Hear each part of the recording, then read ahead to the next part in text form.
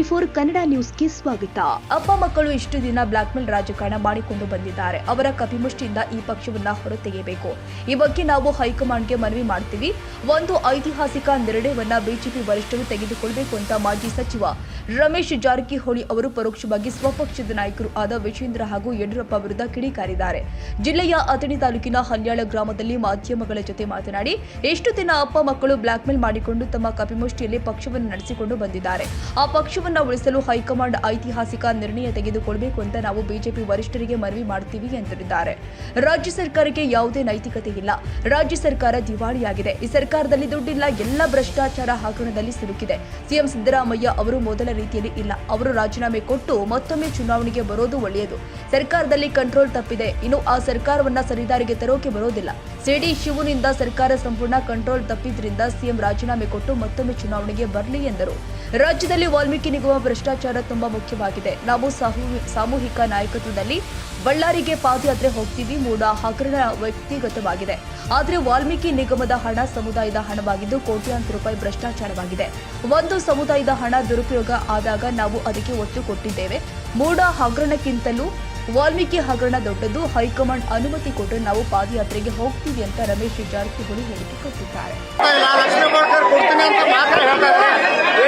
ನೋಡ್ರಿ, ಈಗಾಗಲೇ ಯತ್ನ ಹೇಳಿದ ಪ್ರಕಾರ ರಾಜ್ಯ ಸರ್ಕಾರ ದಿವಾಳಾಗಿದೆ. ರಾಜ್ಯ ಸರ್ಕಾರ ದುಡ್ಡಿಲ್ಲ, ರಾಜ್ಯ ಸರ್ಕಾರ ನೈತಿಕತೆ ಇಲ್ಲ, ಎಲ್ಲ ಭ್ರಷ್ಟಾಚಾರ ಹಗರಣದಲ್ಲಿ ಸಿಲುಕಿದೆ. ಆದರೆ ಸಿದ್ದರಾಮಯ್ಯ ಅವರು ಹಿಂದಿನ ಸಿದ್ದರಾಮಯ್ಯ ಆಗಿ ರಾಜೀನಾಮೆ ಕೊಟ್ಟು ಹೊಸ ಚುನಾವಣೆಗೂ ಒಳ್ಳೆಯದು. ಯಾಕಂದ್ರೆ ಅವ್ರಿಗೆ ಕಂಟ್ರೋಲ್ ತಪ್ಪಿದೆ. ಅವ್ರು ಒಳ್ಳೆ ಮುಖ್ಯಮಂತ್ರಿ ಇದ್ರು, ಅವ್ರಿಗೆ ಕಂಟ್ರೋಲ್ ತಪ್ಪಿದೆ.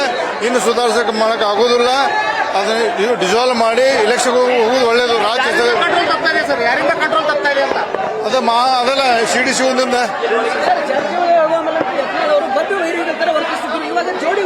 ಯಾರು ಇಲ್ಲ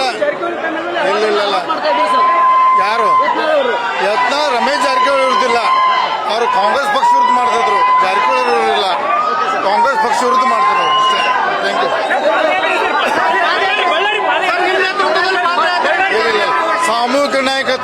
ಸಾಮೂಹಿಕ ನಾಯಕತ್ವ ಯಾರು ಇಲ್ಲ. ನೋಡ್ರಿ, ಬಳ್ಳಾರಿ ಬಹಳ ಮುಖ್ಯವಾದ ವಿಷಯ. ಮೂಡ ಹಗರಣ ವ್ಯಕ್ತಿಗತವಾಗಿ ಒಂದು ಸಮುದಾಯದ ಪರವಾಗಿ ಸಮುದಾಯದ ಹಣವನ್ನು 100% ದುರುಪಯೋಗ ಆಗಿದೆ. SC ST ಹಣ ಗ್ಯಾರಂಟಿ ಸ್ಕೀಮ್ ಬಳಸಿದ್ದಾರೆ. ಇದು ದೊಡ್ಡ ಬಿಟ್ಟು ಮೂಡಾದ್ ಮಾಡಲಿ, ಅಭ್ಯಂತರ ಇಲ್ಲ. ಮೂಡಾಕದ ಮುಖ್ಯವಾದ SC ST ಹಣದ ಬಗ್ಗೆ ನಾವು ಹೋರಾಟ ಮಾಡಬೇಕಂತ ನಮ್ಮ ಮನವಿ ಇದೆ. ಅದು ನೋಡೋಣ. ನಾವು ಯಾವುದು ನೋಡ್ರಿ, ಅದನ್ನು ಹೈಕಮಾಂಡ್ ಮನವರಿಕೆ ಮಾಡಬೇಕು. ಅಪ್ಪ ಮಕ್ಕಳ ಬ್ಲಾಕ್ ಮೇಲ್ ಹೊರಗೆ ಬರ್ಬೇಕಾದ್ರೆ ಒಂದು ಹೈಕಮಾಂಡ್ ಮನವಿ ಮಾಡ್ಕೋದು. ಅಪ್ಪ ಮಕ್ಕಳನ್ನ ಕಪಿ ಮುಷ್ಟಿಯಿಂದ ಬ್ಲಾಕ್ ಮೇಲ್ ಪಕ್ಷ ಹೊರಗೆ ಬೇಕಾದ್ರೆ ಒಂದು ಐತಿಹಾಸಿಕ ನಿರ್ಣಯ ತಗೋಬೇಕಂತ ಮನವಿ ಮಾಡ್ತೀವಿ ನಾವು. ತಾಜಾ ಸುದ್ದಿಗಾಗಿ ಟಿವಿ24 ನ್ಯೂಸ್ಗೆ ಸಬ್ಸ್ಕ್ರೈಬ್ ಮಾಡಿ ಮತ್ತು ಬೆಲ್ ಐಕಾನ್ ಒತ್ತಿ ತಪ್ಪದೇ ಲಿಂಕ್ ಶೇರ್ ಮಾಡಿ.